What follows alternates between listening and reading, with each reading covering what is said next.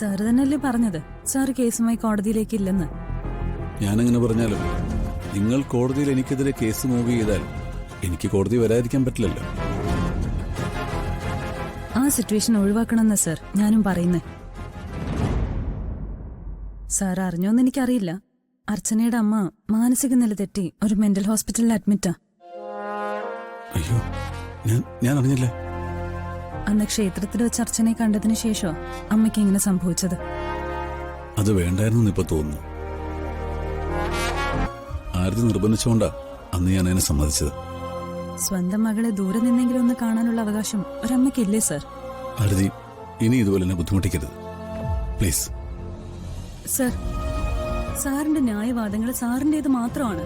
ആ കുടുംബം ആ അമ്മയെ അനുഭവിച്ച സങ്കടവുമായി തട്ടിച്ചു നോക്കുമ്പോ അതൊന്നും ഒന്നുമല്ല സാർ. സാർ സച്ചിയുടെ കാര്യം മാത്രമെങ്കിലും ഒന്ന് ആലോചിച്ച് നോക്കണം. എന്റെ ആരതി, എനിക്കിവിടെ എന്റെ കാര്യം തന്നെ ഓർക്കാൻ സമയമില്ല. ഇനി അങ്ങനെ പറഞ്ഞൊഴിയാൻ സാറിന് പറ്റില്ല. സാറിന്റെ മുന്നിൽ 2 വഴിയേ ഉള്ളൂ.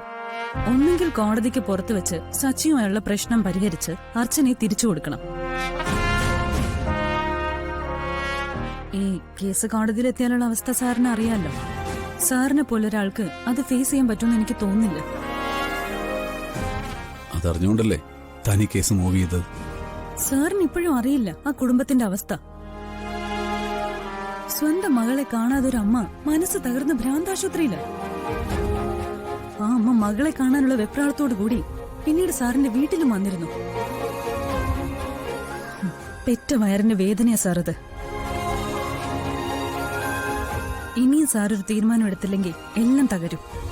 പക്ഷെ അർച്ചനയ്ക്ക് ഓർമ്മ തിരിച്ചിട്ടാതെ എനിക്ക് എന്ത് ചെയ്യാൻ പറ്റും? അതിനുവേണ്ടി സാർ എന്താ ചെയ്തേ? ഒന്നും ചെയ്തില്ല, അതല്ലേ സത്യം. കോടതി മുറിയില് സാറ് നാണം കിടുന്നത് എനിക്ക് സഹിക്കില്ല. സാറിനെതിരെ എനിക്ക് വാദിക്കേണ്ടി വരും. ചിലപ്പോ വേദന ഉണ്ടാക്കുന്ന ചോദ്യങ്ങൾ ചോദിക്കേണ്ടി വരും. പലതിനും സാറിന് മറുപടി ഉണ്ടാവില്ല.